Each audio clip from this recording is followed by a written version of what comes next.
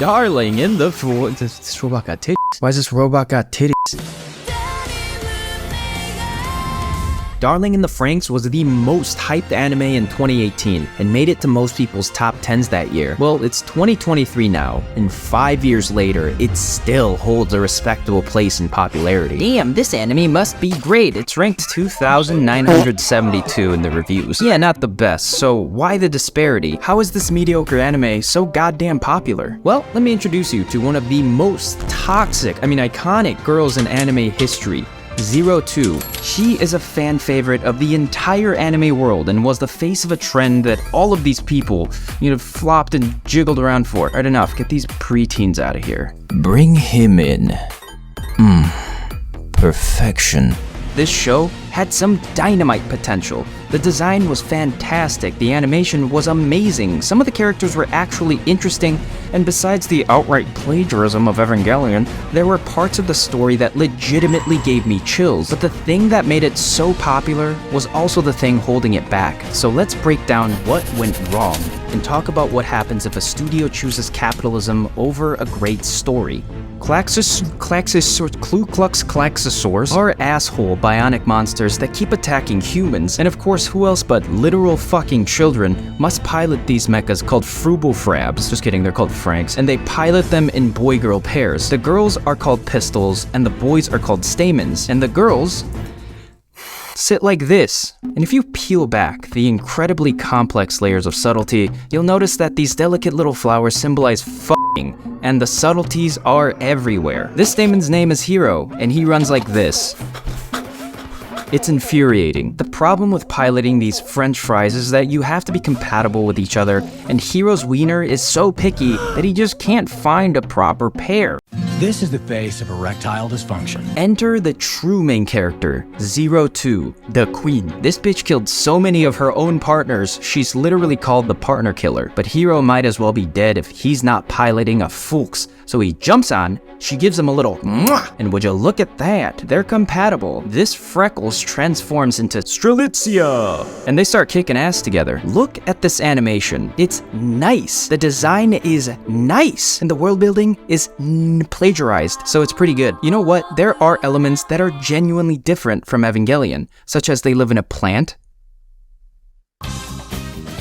Anyways, Hiro is really not compatible with anyone else, and 02 is really not compatible with anyone else. After showcasing how strong they are together for 4 episodes, we get to episode 5, where this anime took a 180 and went from a 4 to a solid 9. Oh, you couldn't help but notice all of the ass shots, huh? You want to know what capitalism in anime looks like? When you have a weak story, you know what never fails? Teen boys that are lonely and horny. Oh, you're so promoted. Now, I don't know if you've noticed, but there's a lot of sexual content in this anime. But the creators didn't stop there. Why not tick all of the boxes and fill this anime to the brim with the gooeyest of cheese and the corniest of corn? You'd think this is bad, but watching this anime feels surprisingly good. Not learning something new good or giving to charity good, but like injecting heroin straight into your scroty good. And that's all because of this lovable box of fucking mental problems. First she's this generic, OP, lonely, psychotic, obsessed bitch, you get the piece of shit. But as she starts getting exposed, you learn that she isn't just a regular psycho waifu, she's actually D.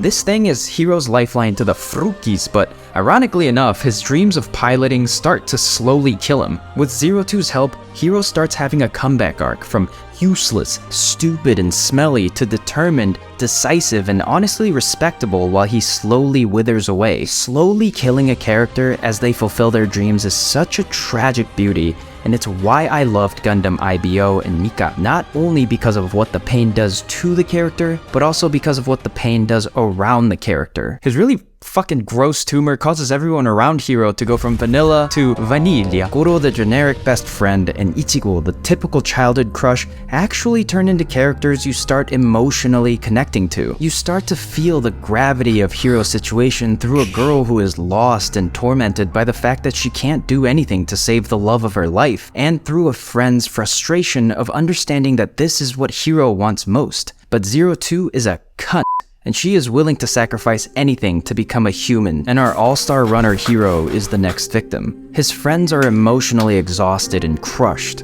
Goro and Ichigo's only option is to delay the inevitable. 02 and Hiro's only option is to pilot the fuck facts. How are they going to keep Hiro alive? Will 02 consume Hiro like she did everyone else? This buildup was fucking bonkers good. And the fucking writers did this. 一体何やってるんだ。目の前で02がこんなになって、俺の翼は君のためにあるんだから。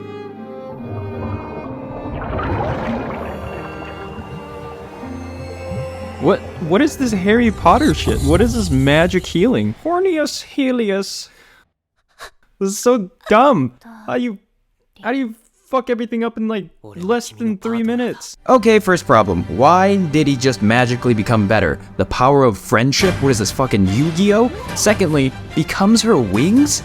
We had a man willing to die so he could pilot these frimframs, and you're telling me that all of that buildup was so he could funnel that energy into becoming someone's little bitch boy? Use me, mommy. Fuck this kid. This is such lazy writing. But if you recall, actually, he licked her blood. Shut up. Okay, so for those of you who don't know, I'm about to spoil fucking everything. Hiro licked her blood when they were little, and this combined with his own willpower, he sucked up his own tumor. Bro, who wrote this? This guy did. This is textbook lazy fucking writing, but it worked. How? With writing like this, how is this anime so popular? Well, I'm glad you asked. Let's explore that. Since the conception of 02's design, she was made to be over the top. To quote the designer himself, But with 02, the idea... Sorry. But 02, the idea was just to toss everything in and keep adding until we reach critical mass and can't add anymore. This concept went beyond just her appearance, and this was done very intentionally. Did you ever notice in K-pop, there's the sexy rapper, the sweet one, the funny one that goes on talk shows, the one that can actually sing, and then all the extraneous ones wrapped into a nice and neat package? This wasn't coincidence. They didn't just meet up like this. Every part of these groups are picked with intention. And no shade, but that's just the Korean industry knowing the audience, and no one denies it. I don't see people talk about this much, but your favorite waifu is manufactured. She's a cocktail of all of the design and emotions that really bring people in. And this is how 02 is a perfect example of this. It all starts with selling you the idea that a toxic relationship is just so much fun between 02 and Hiro. I don't know if you've ever had a toxic person in your life, but you become addicted to them. They're vulnerable one moment and want to cut your dick off the next. They manipulate you into thinking you're their only hope, so you feel as though you're the one nurturing them when in fact, they're actually sucking you dry of your energy. 02 is a fucking roller coaster. As the series goes on, she slowly starts to feel like part of the crew. She starts to become more human. In her words, ねえダーリン、今の僕、少しは人間に見えるかな? and then you're like, oh yeah! She's damaged. A demon girl who wants to be human to the point of insane obsession is the perfect backstory and is actually told in a very interesting way. They do a really good job of showing why 02 is the way she is and how trapped Hiro is by 02. You often forget this girl is very dangerous, but he can't live without her. But that's okay, because I can fix her. She's the one, dude. Like, you don't understand. She's just misunderstood, bro. Whoa, sorry. My bad, I just went to a really dark place. To create 02, we needed that contrast. We needed that perfect simp. No matter what toxic shit 02 does, Hiro makes up an excuse for her. He's infinitely patient. He's like the Dalai Lama for crazy bitches, and this dynamic is attractive to young boys who don't know what real dating is. You're the knight in shining armor and you exist to support your girl as long as she breathes. Or doesn't, it doesn't matter, you're her rock. She also happens to be hot as fuck. I think 02's design is nice and all, but she represents more than just a pretty face. She's sold as the girl that rescues you from your lonely life, the girl that can change you, but at the same time, the girl that needs nurturing, the girl only you understand. And selling you 02 meant selling you the series, because if it wasn't for her, I have no idea how to justify this insane, honestly very rude punch in the nuts plot twist where the creators were like, you know what? Fuck it. Turns out the Klaxes were a red herring the entire fucking time. You didn't actually believe that they were the real enemy when we gave you absolutely no foreshadowing, did you? You fucking idiots. The actual bad guys are in space. Also, here's this giga waifu. I'm willing to bet you all of my limbs that this entire plot twist was an excuse so you can have this. She is single-handedly the reason that the Franxx franchise had so much success. I don't know how she isn't jacked to the fucking teeth the way she carried this entire series. This is probably a more accurate representation of 02. There you go. Accurate. She is also the reason that the story didn't get developed as much as it should have, because you had to cram as much as 02 and this toxic relationship in this 24 episode series while seeming to care about the other characters. Take Hiro for example. At first, he was unrelenting even in the face of death to pilot a Flammy Salami, but he didn't use 02 like she used him to pilot it, no. He became her wings, more like her goddamn shoes, little toe-sucking bitch, and even all the side characters started to get a little interesting with their individual stories. When Ikuno confessed her feelings to Ichigo, that was an amazing emotional scene of bravery, confusion, and desperation, but what was the point of that? We never got to explore it further because that would take screen time away from this fetish. The backstory should contextualize the character.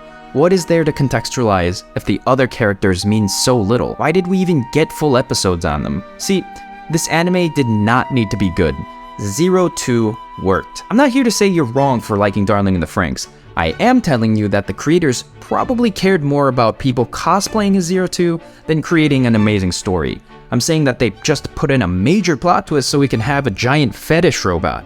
Is that wrong? No, it's not. But to me, Darling in the Franxx was a 02 branding operation. And you know what? It was so fucking successful that she became an icon. I love that 02 is a successful powerhouse, and people who've never even seen anime are dancing to her. But in this marketing campaign of your queen, I think the collateral damage of saying fuck the rest of the characters, fuck the story, was such a damn waste when I saw how they could build anticipation, create genuine connections, and if you think those things are essential to build when creating a story, then watch this review of Makia because you'll enjoy the living shit out of that anime. Thumb me up or down and subscribe if you like my content. Also, I imagine you have some thoughts on this video, so just jot it down in the comments. I want to see your brain scribbles. Love ya, bye!